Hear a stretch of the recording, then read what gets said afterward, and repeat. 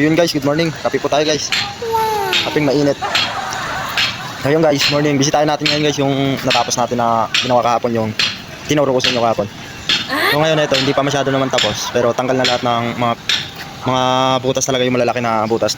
Butas talaga yung malalaki na butas. Yan ang gawin natin. Hinapot na natin. Ngayon tara guys, samahan nyo ako. So yun guys, di ba? Crop out na lahat. Yan. Si Boss Barak.